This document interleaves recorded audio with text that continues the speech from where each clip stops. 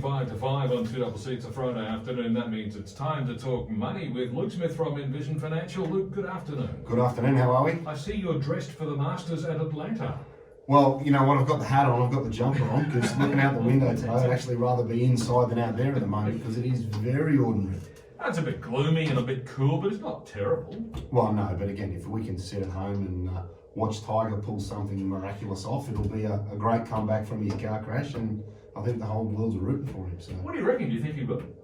Oh, look, I think he's capable of just about anything on earth, and if there's one man on the planet that you could back in just about any situation, you know, every dog has its day, and he has more days than most. So, you know, fingers crossed, it'll be good to watch, and it's great to see him back out there because I think he's great for golf and he's great for sport. He's great for young kids, role model. You know, I think he's ticks all the boxes for me. So, you know, it's just great that he's fit and he'll be able to play, because it wasn't long ago they were saying he'd never hold a club, and you know. Great role model, huh? What does his ex-wife say about that? Well, you know, it's just working on his wedge game. That's exactly right.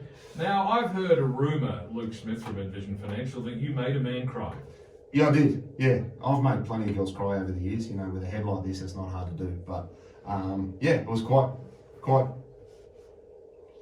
surprising. It was actually really quite rewarding that we'd gone through a strategy and sort of addressed some preconceived ideas of what they needed to do work-wise.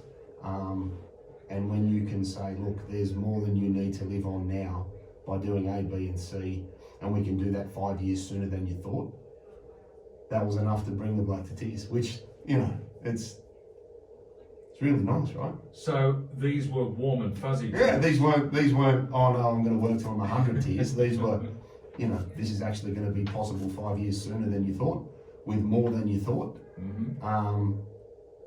Yeah. That's like winning the lotto, isn't it? Well, you know, again, I was a little taken back as well, but I guess it's nice every now and then to see that you can make a real impact on somebody's future decisions. Yeah. And take advantage of all of the hard work that they've already done themselves. All that happened was we just made them aware of a few things that they didn't know about, which led to some really good decisions getting made. So it's been a good week. So when you're able to bring somebody good news like that, it comes back to what you've been saying for years and years and years now. You don't know what you don't know. That conversation may have been had that afternoon. And you know, he actually sort of agreed that until, I think his analogy was, well, you just lifted up my head and let me see a different view, because I've just had my head down, grinding away, working hard. It was only when you sort of stop people, get them to look up and see what's going on around them, that they actually do change their field of vision or their ability to see what could happen. And you know, it was a really nice outcome. So fantastic. Not the only good outcome you had this week. No, that's right. Look, I've got to give a big shout out to Lauren at ComSuper. I lost one of my favourite clients in December, and her husband was in, and we were trying to work through a different strategy there. And contrary to popular belief, Lauren at ComSuper was actually prepared to go outside of the box and accept a challenge in relation to something, which resulted in a very, very positive outcome. So, you know, I'm always quick to thank and reward, and you know, again, she deserves a special mention this week, because the outcome, had she not stepped in, would have been very, very bad. Yeah. So yeah, look, listen, Lauren, if you work at ComSuper or you work with Lauren, somebody take her out for some Friday drinks, because she deserves it this week. So, you know, we really appreciate it. Fantastic. Now today we've got a topic that sounds vaguely familiar. Downsizer legislation. Now we've spoken about that before, but apparently the rules are changing. They have, that's right. So if we sort of start at the top, and the Downsizer legislation is a piece of legislation that was created that allows you to add $300,000 to your superannuation. That is outside of the normal contribution caps, being $110,000 a year or $330,000 over a rolling 3-year period. This is where you're selling your primary home, and there are some key things that you need to sort of tick the box in relation to being able to use this. But the big thing that's changed here is, until the 1st of July this year, you have to be 65 years of age when you sell your property to take advantage of this legislation.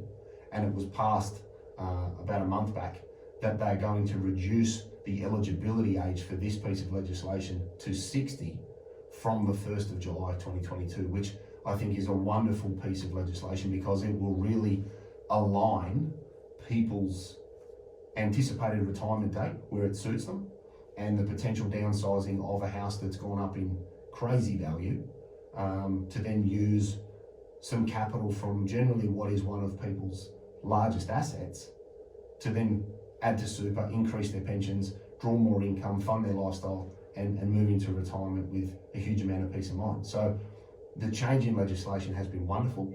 From the 1st of July, you have to be 60 years or older to be able to use this, whereas at the moment, you need to be 65 at the time the house is sold. So I think it's a really positive piece of legislation that will help the community take advantage of house prices and also the ability to bolster superannuation to fund retirement. So the big change is the age of eligibility. Yep. All the other rules remain the same? Yeah, that's right. All of the other caveats, and I've listed a few here.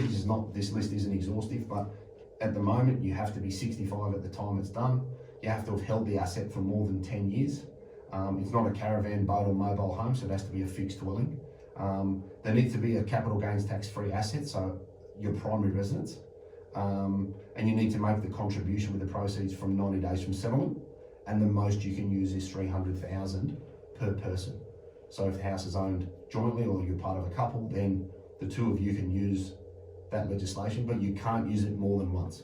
Once you've capped out your $300,000, then you don't get a second swing at the crease. It has to be owned individually. It can't be owned in a trust or a company. And you need to make sure you complete some very specific paperwork so that it is treated correctly when you're dealing with your super fund. So again, be prepared, get your paperwork right, talk to your trusted advisor, cover it off with your accountant and make sure that it's available to you, because it could be a very good way of bolstering superannuation capital. And the big thing to consider here is you can use this legislation and still be in excess of the transfer balance cap. Okay, so 1.7 million is the most you can have in super, and where you've reached that limit, you cannot make tax-free contributions with your own money. You can, however, make a downsizer contribution, and it will be treated as an excess component. Now that's some heavy going. So in ideal circumstances, your 1.7 cap becomes a 2 cap. Correct. Okay. Exactly right. But again, a big misconception is, well, I can't do it because of this. You actually can, but you'll still be in excess. So again, have plenty of time, plenty of lead time, get your paperwork right, know what you're going to use the money for. It could be to increase superannuation, it could be to maximise a pension, it could be to increase the amount of tax-free income that comes out of an income stream you've got. Consider your tax implications, putting the money into super. Don't just necessarily throw it all into the same fund, because there can be estate planning costs down the road for the next generation if you muddle accounts. So don't just assume that having one fund is the best way to do it. I just think it's a really positive thing that people should be aware of, because a bit like last week, we talked about maximising deductions before 30 June. Yeah. This is one that, hey, if you know this legislation is going to change, you can now start thinking about, well, if I was going to retire at 60 in September, let's get the house in train now, maximise the sale of, one of your biggest assets, and then align those interests with your retirement date so that you know that you've got all of your ducks lined up well in advance, so that you can leave work with a smile and not ever have to go back. So if you're around the age of 60 now, all of a sudden you can do this after the 1st of July, 5 years earlier than you previously thought. Correct, exactly right. So you could be retiring a lot earlier than you previously thought. And that's exactly why we're talking about it now and just raising that awareness now. I'm not saying race out and sell your house by any stretch, but what I am saying is that 5 years has a very, very nice correlation to the average retirement age that most people sort of aim for, because money out of a pension over 60 is tax-free. Mm-hmm. So if you can get more money in addition to the non-concessional thresholds, and then draw a tax-free income stream from 60, you could cut your work hours. Yes. You could take an income stream and put the money back in for a deductible contribution. And some of the things that we spoke about last week about using your existing resources to maximise deductions. This piece of legislation is fantastic for people to say, well, I've finally got the kids out. We're now rattling around at home. He's tired of cleaning it, she's tired of mowing the grass and whatever else the frustration is with a massive place. And then you can sell that, downsize into something that you can then lock up and do your travel, get in your caravan, whatever it is that you want to do with the time that you have. And if you can bolster the balance from which you can draw an income stream from, absolutely fantastic. All right, so is there anything in particular people need to know in order to maximise the benefits of this change to the rules? Yeah, so again, we need, from the 1st of July, we need to be 60 years and older. The other big benefit is that, you can make the contribution in conjunction with other thresholds. It's not the same as the non-concessional limit. It's a different test altogether. So it's important that people don't muddy those two together, because that can happen sometimes. You can put the money in if you're over your transfer balance cap, but your component will be still treated as being in excess. So you won't get the tax concessions that you could, but it may be better than holding it. It may be better holding it there than in your own name if you are still in the workforce. A great way to use the legislation to equalise estates and could impact whose name you hold money in. So there are a range of things that people need to consider as part of their broader strategy and their personal situation, because it's not a one shoe fits type of gig. But it really is something that I think I just want to bring it to people's attention to potentially trigger in their mind that, hey, from 60 we could do this. We don't have to work to 63 or 64 or 65 or 66. With this passing, we might be able to do that. Sell something, buy something a little bit smaller, or buy something here, buy the place down the coast that you love. Whatever it may be, if you can fund yourself and get doing the things you want to do sooner, nothing bad ever came from that. I suppose the other side of that coin, though, is that just because you can do it at age 60 doesn't mean you have to. It just gives you the option. And that's exactly why we're just bringing it to people's attention, because sometimes really good bits of legislation sort of get passed, they slip under the radar. Everybody's talking about inflation, petrol prices, Russia, ScoMo, an election, and these things sort of just sneak by. And for somebody like me, who has people come in their office and go, I have to retire at 65, like the gentleman did this week. I have to retire at 65, I have to retire at 65. Whoa. Who said 65? I'm calling shenanigans. Mm-hmm. You know what I mean? And all of a sudden you're passing the Kleenex, and it's just great and really powerful that people can know that it's available. Just as a quick comment, apparently, I don't know if you're aware of this, but there's a federal election looming any moment now, and the Greens have announced that one of their policy positions is that they want to reduce the retirement age from 67 back down to 65 again, and boost the age pension, because they think that, that'll make people better off. In a way, I don't mind that idea. No, look, I think it has a lot of merit. I think like most things that get thrown up when it comes to financial legislation is, who's paying for it? Mm-hmm. It's all great to say, hey, listen, we're going to do this and we're with you and we'd love that age bracket's vote. Beautiful. But it's got to come from somewhere. It's the somewhere that I think scares people. Yeah. And I think that's where the devil's in the detail. And I'm pro these sorts of things, because if you've worked to 65 and you've worked really hard, then you should be entitled to it. I think an even better change in there would be, if you've worked for a certain number of years, and I'm just making this up on the fly, but if you've worked for a certain number of years and you're over the assets test, well, maybe we can give you all of the other benefits and the pharmaceuticals in certain situations where you may be precluded. Yep. So Nice. These manifestations of existing law, can be very powerful. But it'll be interesting to see if that sort of thing gets up. Somehow I doubt it, but we'll see how we go. Luke Smith from Envision Financial is with me in the studio today. We're talking about the Downsizer legislation rules and the fact that they're actually changing from the 1st of July this year. It's 10 to 5 now. Back with more in just a moment.